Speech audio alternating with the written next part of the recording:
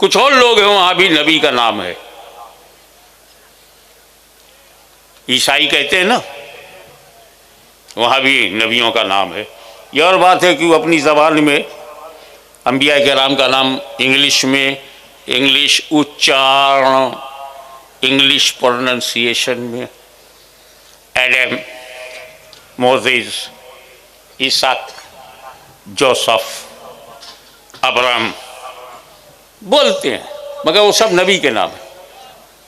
नबी का नाम है उनके पास, यहूदियों के पास नबी का नाम है, तौरेत में नबी का नाम है, इंजील में नबी का नाम है, कुरान में भी नबी का नाम है।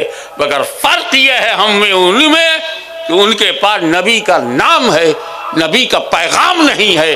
हमारे पास नबी का नाम भी है, नबी का पैगाम भी है।